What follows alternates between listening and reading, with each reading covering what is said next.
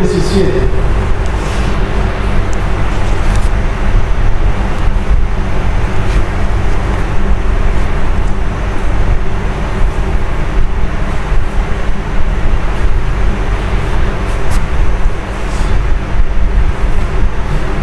Me interesa solamente unos versículos, 24 y 25 de Hechos 17, pero vamos a contextualizar para que usted pueda entender qué es lo que el Espíritu tiene hoy para la iglesia a través de su palabra.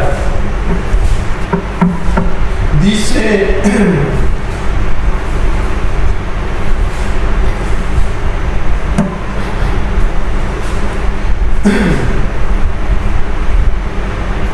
Hechos 17, vamos a leer versículo 13.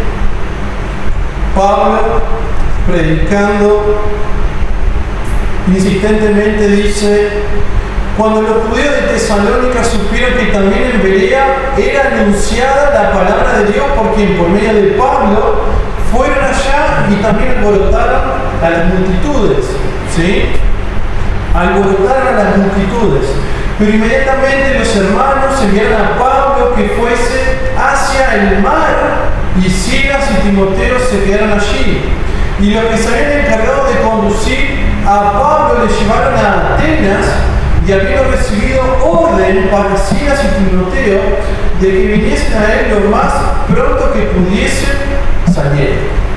Entonces la situación que se está dando es Pablo con Timoteo, con Silas, predicando el Evangelio, anunciando en ciudad en ciudad, de región en región, hablando la palabra de Dios.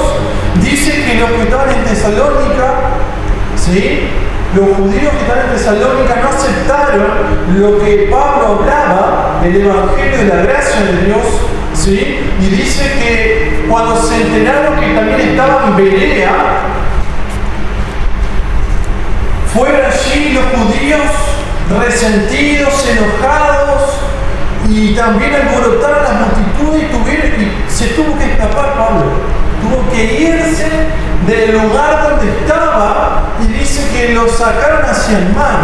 Y vemos que lo mandaron a Atenas. ¿Sí? Dios estaba permitiendo en su plan, en su propósito eterno, de que Pablo pueda ir a Atenas, a Grecia, a predicar, a seguir trabajando en pos del Evangelio, en pos de llevar el Evangelio a todo rincón del mundo.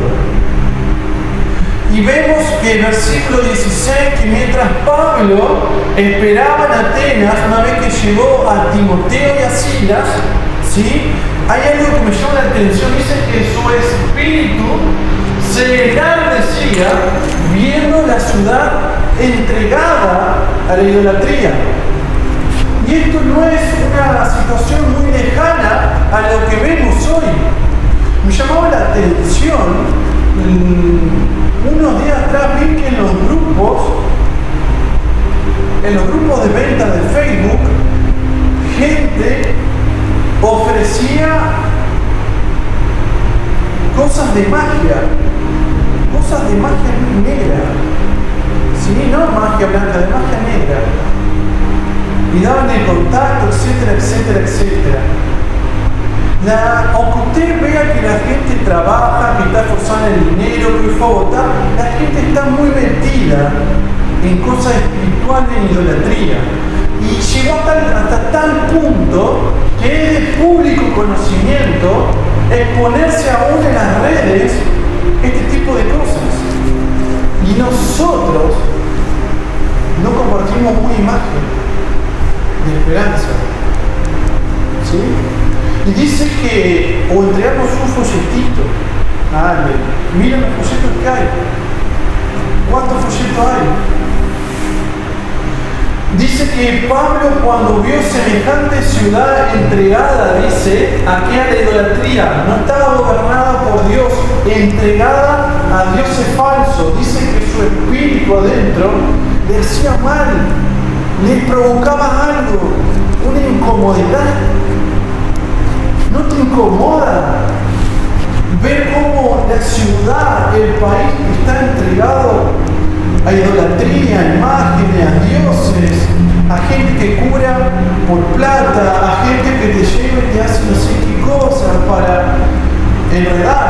que portar, etcétera, etcétera. Y vemos que mientras Pablo esperaba a sus compañeros de viaje, no aguantó. Versículo 17 dice que se fue a las sinagogas, a los lugares donde se congregaban los judíos, y que dice, discutía. O sea, hablaba del Evangelio y discutía, confrontaba al judaísmo de que Jesús era el Mesías, el enviado, que era la esperanza del mundo. Pero también dice que Pablo iba a las plazas de las ciudades y iba al lugar donde la gente concurría cada día y hablaba del Evangelio.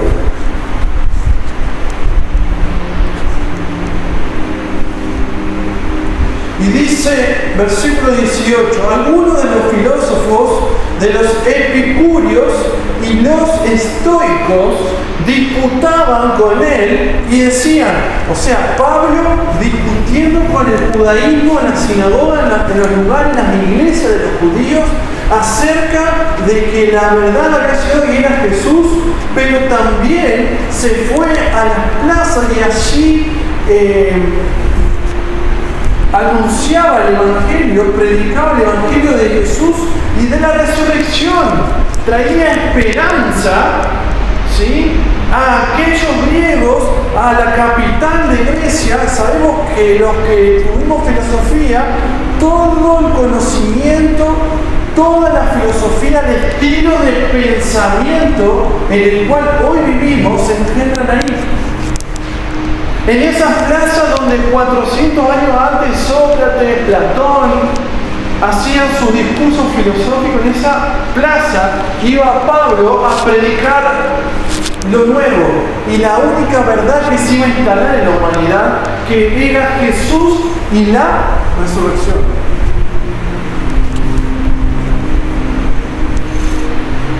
Y me llama la atención cuando buscas quiénes son los epicúreos y los estoicos. Palabras muy complicadas, no vivimos hablando de epicúreos y estoicos, pero sí vamos a ver brevemente que cada uno de esos pensamientos de estas personas en Atenas es muy similar al pensamiento que vemos hoy. Y los epicúreos hablaban, ¿sí?, y le daban importancia a lo material, a lo corporal, a lo que se vive. No creían en la inmortalidad. Por lo tanto, los epicúreos tenían un dicho popular que decía: come, bebe y alégrate porque mañana puedes morir. Y este estilo de pensamiento está muy enraizado en la sociedad, en la cual lleva a vivir el momento, a dar énfasis en el placer de lo momentáneo, en el placer de lo material, de comer, de beber, de darle rienda suelta a los deseos. No es un pensamiento muy lejano a lo que hoy vivimos. Y Pablo disputaba con estas personas. Pero los estoicos, ¿sí?, eran personas como un poco más elevadas. No eran esos que viven el momento, sino esos más elevados, esos que tienen el estilo de pensamiento en cumplir con el deber. Ellos veían en la vida de la naturaleza, en la vida humana, veían como que había un espíritu. No nos vamos a meter en esa filosofía porque no nos interesa. Pero ellos, en su estilo de vida, buscaban el orden, el equilibrio, la solidaridad de la humanidad, en buscar el bienestar del otro. Eran personas más morales, más buenas, ¿sí? Así como había los epicúreos egoístas que vivían para sí mismos y para los placeres del momento, estaban esta filosofía que buscaba como un equilibrio, la bondad, la moralidad, los buenos valores, pero negaban a Dios. Entonces, Pablo en la plaza, ¿sí?, predicaba acerca de Jesús y de la resurrección. Ahora, los filósofos les rompían la cabeza Pablo, porque Pablo le hablaba de algo que no tenía nada que ver a lo que ellos estaban acostumbrados. Entonces se preguntaban, ¿qué querrá decir este palabrero? Y decían, parece que es predicador de nuevos dioses, le decían a Pablo, porque predicaba el Evangelio de Jesús y la resurrección. Pensaban que Pablo estaba predicando acerca de un tal Dios Jesús y una diosa resurrección. No estaban entendiendo el Evangelio, el mensaje de Pablo. Y en toda esa disputa, Pablo solo contra toda una capital entregada a la idolatría, vemos que en un momento, versículo 22, ¿sí? Pablo va a un lugar central, va en medio del areópago y dijo, un lugar. Hay diferentes versiones en cuanto puede ser. Puede ser un lugar principal en la plaza, un lugar principal en un concilio. Lo importante es que Pablo va a un lugar donde atrae la atención ¿sí? a la gente de Atenas y le dice, varones atenienses, en todo observo que soy muy religiosos, porque dice, pasando y mirando vuestros santuarios, hallé también un altar en el cual estaba la inscripción, al Dios no conocido. Al Dios al que vosotros adoráis, pues sin conocerle, es a quien yo os anuncio. Y dice que Pablo, cuando le llama la atención, hablando, capta la atención de esta gente, ve que en medio de tantos dioses e imágenes que adoraban en Atenas, ven que había una estatua que decía al Dios no conocido. Imagínate, creían tanto que por las dudas adoraban a un Dios no conocido por miedo a no bendecir quizás alguna deidad que se estén olvidando, o quizás tenían miedo de recibir de un castigo de algún Dios que a lo mejor se le estaban pasando por alto. Estas personas que veían en toda la creación diferentes dioses, también habían puesto un lugar, una estatua, un altar dedicada al Dios no conocido. Y Pablo toma eso y le muestra a este Dios no conocido por ello. Les dice, versículo 24, el Dios que hizo el mundo y todas las cosas que en él hay, siendo Señor del cielo y de la tierra, no habita en templos hechos por manos humanas, ni es honrado por manos de hombres, como si necesitase de algo, pues Él es quien da a todos vida y aliento todas las cosas. Y de una sangre ha hecho todo el linaje de los hombres para que habiten sobre toda la faz de la tierra, y les ha prefijado el orden de los tiempos y los límites de su habitación. Hace una afirmación espléndida, ¿sí? Les muestra que ese Dios conocido, ese Dios que nosotros adoramos, al Jesús que Él predicaba, es el que hizo, dice, el mundo y todas las cosas que en él hay. Que es Señor que gobierna el cielo y la tierra. ¿Usted entiende lo que significa ser Señor? No es que está hablando de Señor, pero está diciendo que el señorío es gobierno, de que Jesús es gobierno de lo que hay en el cielo y en la tierra. Que no hay nada que se le escape. Por lo tanto, los ubica y les muestra que el Dios que estaban adorando es el que hizo los cielos y la tierra, que tiene el señorío, el gobierno de todas las cosas, y que, ¿qué dice? No habita en templos, ¿qué dice? Hechos por manos humanas. Hermanos, estamos entrando a una nueva temporada. impacto de gracia. Vamos a salir, vamos a comunicar. Las próximas semanas vamos a dar énfasis en el evangelismo.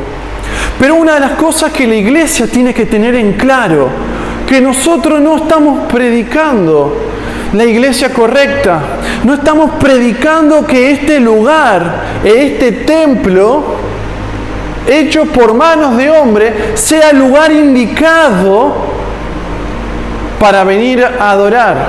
Ni que tampoco los otros templos, hechos por manos de hombre, sea el lugar. He escuchado de que hay muchos dioses, que todas las iglesias adoran a un solo Dios.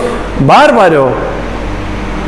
Pero hay cuestiones, diferenciales que tenemos que apropiarnos. Si vamos a impactar en gracia, llevar un mensaje de esperanza a un mundo, primero nosotros tenemos que entender que nosotros somos la iglesia. De que usted es la iglesia en su casa, en su familia, en el lugar de su trabajo, en el lugar donde usted comparte, en su barrio, usted es la iglesia. Efesios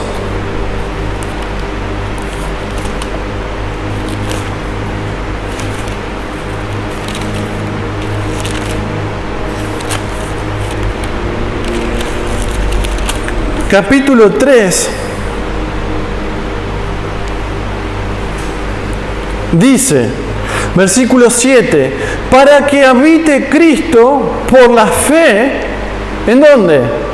En vuestros, no está todavía fe. Efesios 3:17 dice, para que habite Cristo por la fe en vuestros corazones, a fin que arraigados y cimentados en amor, seáis plenamente capaces de comprender y conocer el amor de Cristo.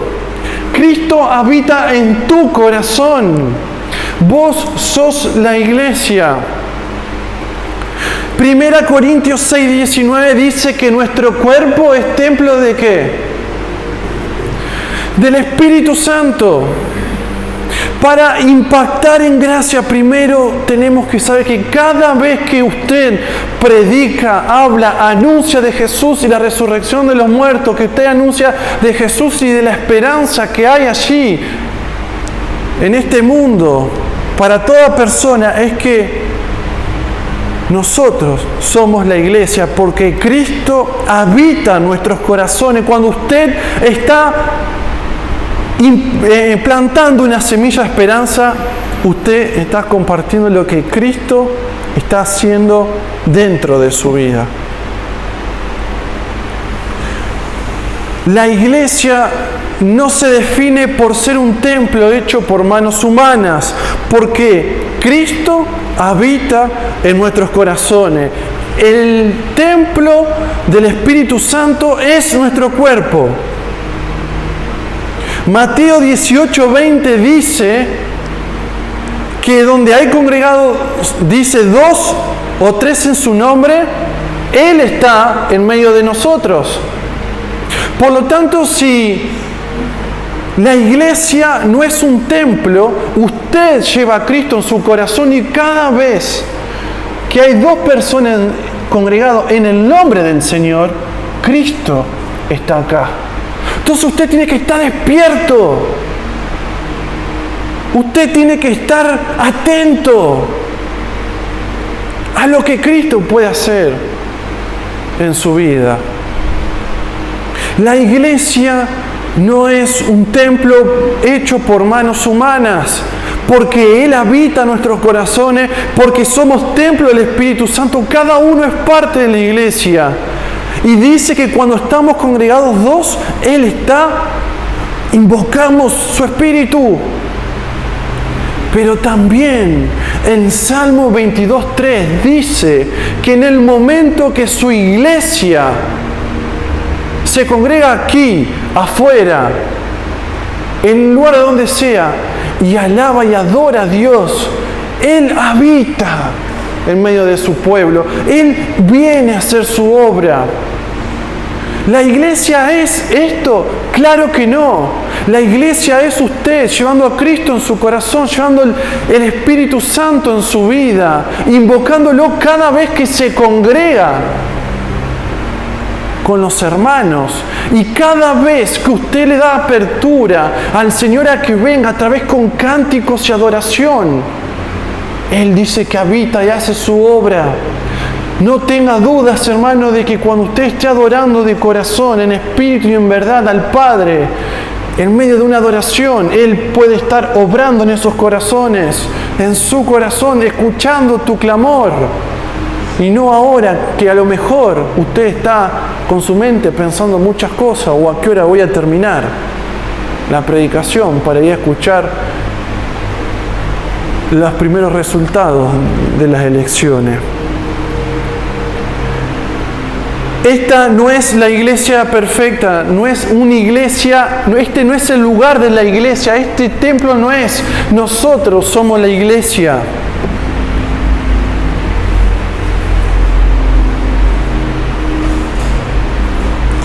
Si a usted una vez le dicen, en tal iglesia sucede tal cosa, déjelo, no se compare con otras iglesias, viva la iglesia, disfrute la iglesia.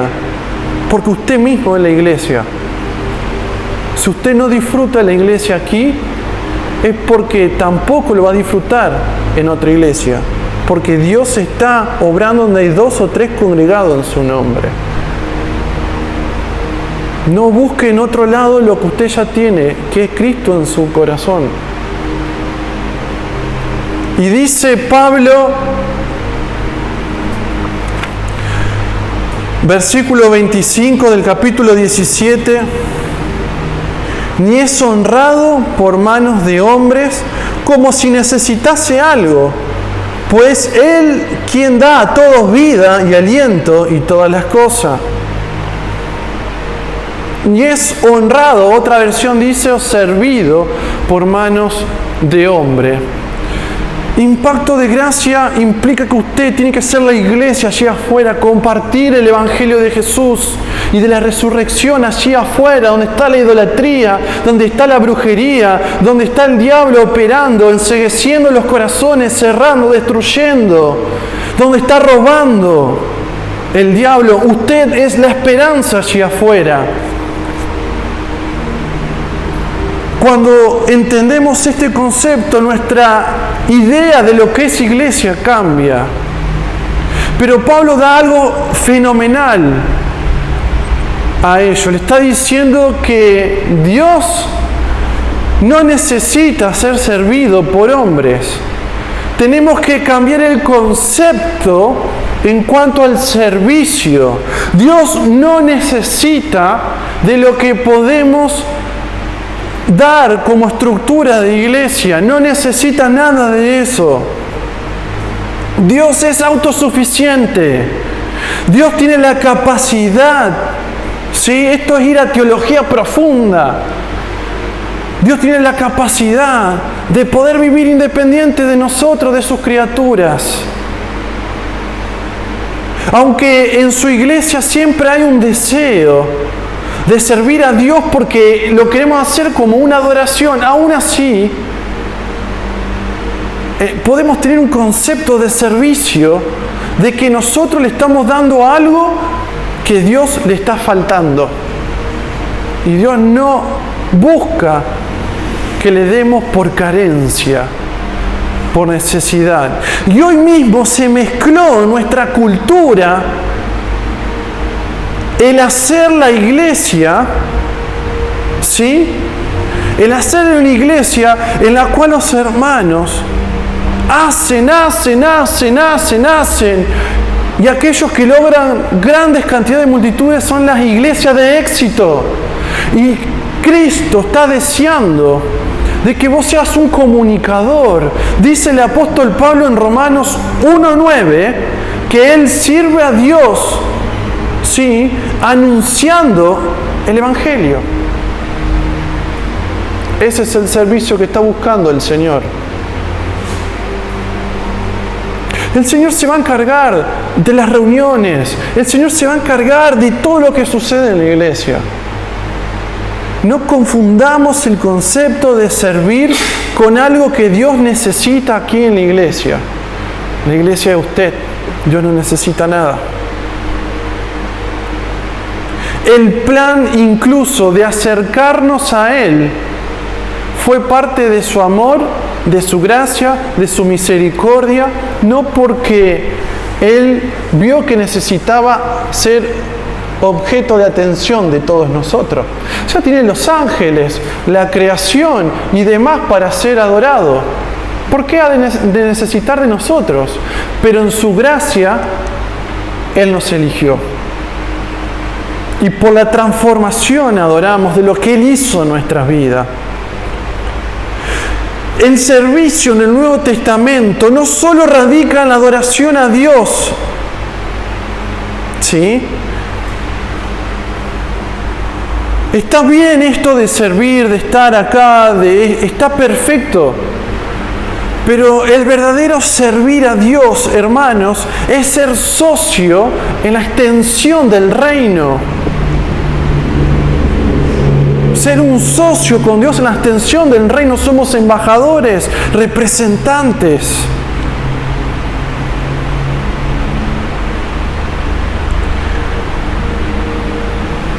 El servicio en el Nuevo Testamento, servimos a Dios no porque necesita, sino que de verdad servimos a Dios. ¿Sabe cuándo, hermano? Cuando servimos al prójimo. Por eso cuando usted comprende este concepto, cambia su manera de ser y hacer iglesia. Usted es la iglesia. Allí afuera, aquí adentro. Usted no tiene que aprender a tocar la guitarra para servir a Dios. Cuando usted se dé cuenta que servimos a Dios, cuando servimos al prójimo, entendió lo que Dios busca.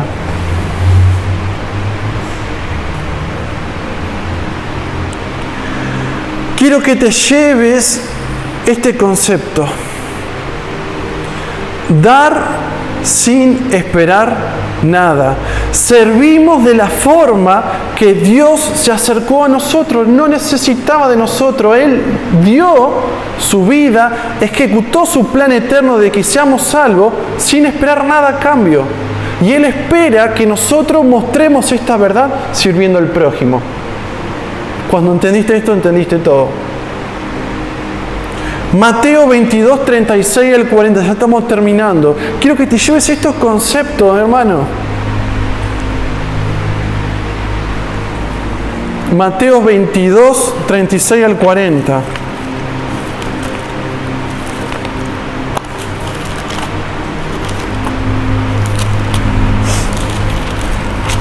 Dice: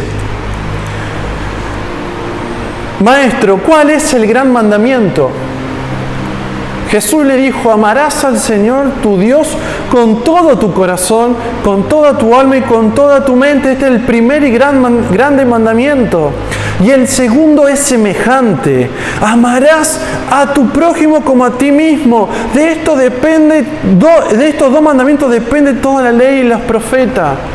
Cuando entendimos que la iglesia es usted, que usted tiene a Cristo, que el Espíritu Santo habita, que cuando cada vez que se reúne con Dios está la iglesia funcionando, Dios está haciendo su obra, que cuando estamos adorando, orando, Él viene, habita ahí.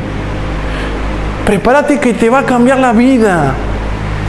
No esperes super sermones. ¿Y sabes qué? Todas las cosas que te podemos enseñar se resumen a aprender a amar a Dios con todo lo que tenemos y al prójimo como a ti mismo. Da sin esperar nada. Dios no necesita nuestro servicio, decía el apóstol Pablo, no necesita nada. Él quiere que le amemos como Él nos amó a nosotros. Dos conceptos para meditar. Mateo 20, 28.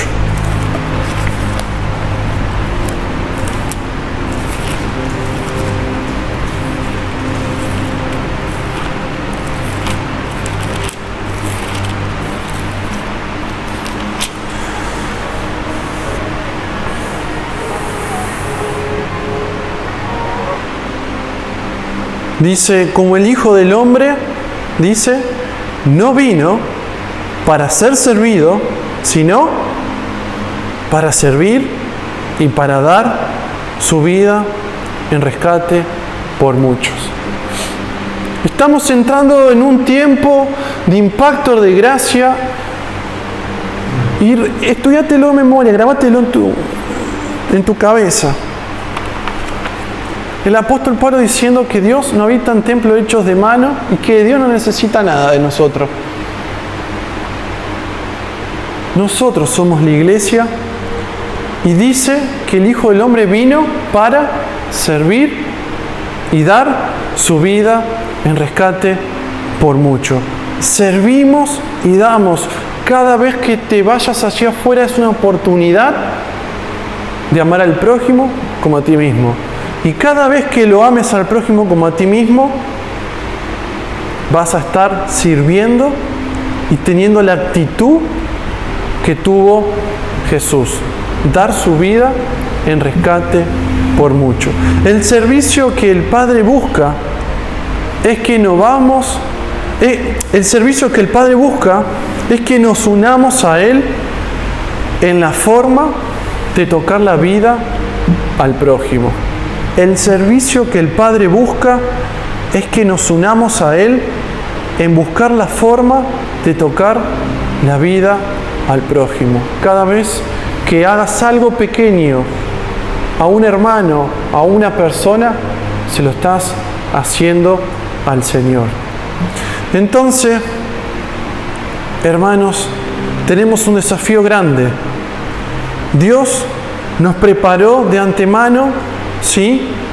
Y fuimos creados para hacer buenas obras, acá, en la tierra. Y es mi deseo. ¿Cómo vas a llevar esperanza en medio de una semana donde mañana sabemos que es un descontrol total? Probablemente.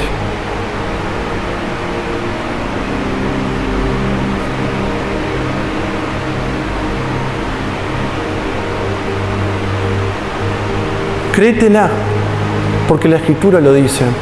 Cristo habita en tu vida. Sos luz, sos sal. Y Él está esperando que puedas servir y también hablar, ¿sí?, de que Cristo vino a dar su vida en rescate de por mucho. Da sin esperar a nada. Ese es el verdadero servicio. Que podamos entender el corazón de Pablo, de que estaba enardecido, porque la gente adoraba demasiado ya, entregado a ideas locas, a dioses locos que no existen. Le muestra que el verdadero camino no es el templo hechos de manos, sino lo que Cristo hace en nuestra vida y lo que nosotros podemos hacer respecto al prójimo. Vamos a orar. Padre Santo que estás en los cielos, te quiero dar las gracias porque tú eres un Dios grande, poderoso, que pones a la iglesia en este tiempo para traer paz, esperanza. Pones a la iglesia en este tiempo para ser una luz en medio de la incertidumbre, en medio de la desesperanza, de la preocupación, en medio de un montón de cosas que la gente busca allí afuera y no la encuentra, que no la encuentra por medio de el engaño del diablo, las artes mágicas y tantas cosas que se aferra a la gente allí afuera.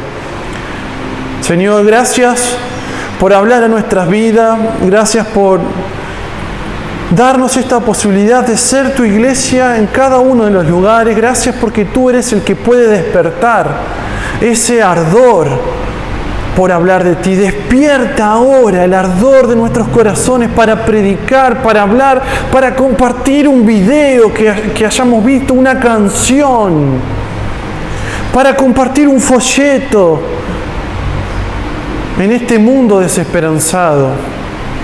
Señor, abre este tiempo, abre esta iglesia, que no seamos una iglesia que se extinga por falta de cumplir este gran mandamiento que tú diste. Despierta nuestros corazones, despierta el deseo de amarte y de ver en el prójimo la oportunidad de servir y de dar sin esperar nada a cambio, como tú lo hiciste con nosotros un día. Gracias por tan grande amor, gracias por esa gracia inmerecida, ese regalo inmerecido que nos diste. Prepáranos Señor, prepáranos Espíritu Santo, prepáranos Padre, para pararnos en la brecha esta semana y en lo que viene, y ser una fuente de esperanza en esta sociedad que clama por paz, por seguridad, por prosperidad, por terminar con la violencia y tantas cosas. Ayúdanos a permanecer firme, sabiendo que tú venciste el pecado, el diablo y la muerte. Tú eres la resurrección y la vida. Y hoy a ti queremos llevarte a todos lados. En el nombre de Jesús. Amén.